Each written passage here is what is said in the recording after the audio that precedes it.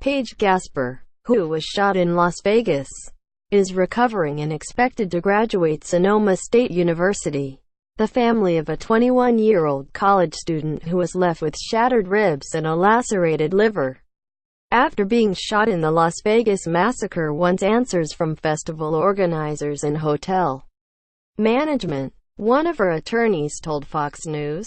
As police continue to remain tight-lipped about the massacre, Paige Gasper, a Sonoma State University student, was working 3 jobs and saved up for a $236 ticket to the Route 91 Harvest Music Festival before she was hit by a bullet from Stephen Paddock, who was firing out of his room on the 32nd floor of the Mandalay Bay Resort and Casino.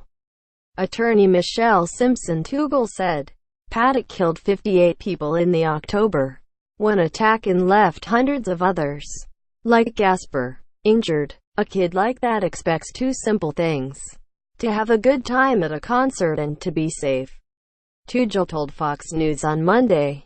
The lawsuit, and at least one other like it so far, is filed against MGM Resorts International, Live Nation Entertainment and a bump stock maker, among other parties.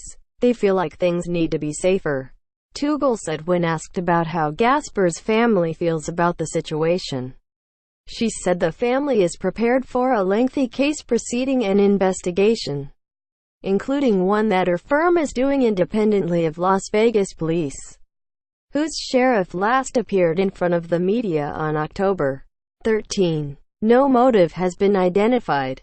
Vegas rebranding shows difficulty of messaging after tragedy. Tuegal also said her firm expects to be filing another Las Vegas shooting-related lawsuit soon and that Paige is doing better but still has a road ahead of recovery, including additional doctor and psychological appointments, based on information we have from our client on other statements we have gathered.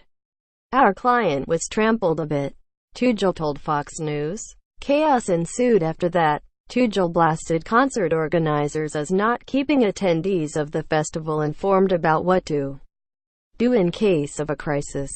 There appears to have been no PA emergency announcement. No pre-planned "here is where the exits are in case of the emergency," she said. Knowing these large outdoor events are targets is not new to anyone, she added. A lawsuit filed last week in Los Angeles by attorney Richard Bridgeford on behalf of Gus Costilla, the father of 28-year-old Andrea Costilla who was killed in the attack, also criticizes MGM Resorts International for not keeping close enough tabs on Paddock's actions. It's inconceivable to us that the perpetrator was capable of transporting what amounts to an actual armory of weapons into the hotel, especially in an era in which shooting incidents and terrorism are front-page news on a daily basis, Bridgeford's firm said in a statement provided to Fox News.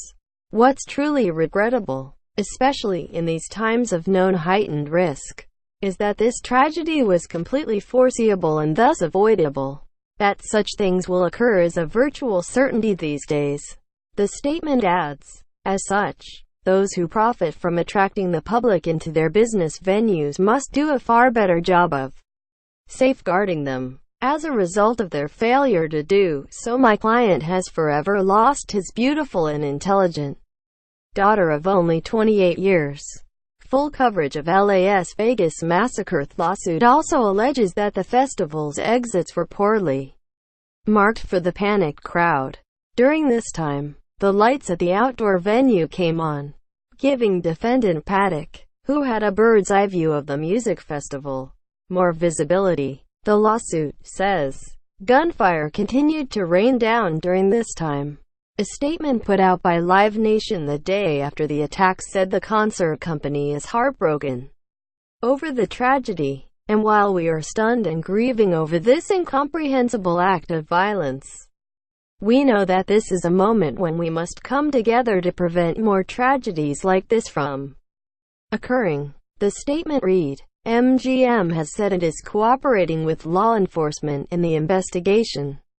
We are grateful for all who came to the victims' aid that evening, including our employees, first responders, the police and citizens who acted in countless ways to assist, the company said. According to the Las Vegas Review-Journal, out of respect for the victims, we are not going to try this case in the public domain, and we will give our response through the appropriate legal channels.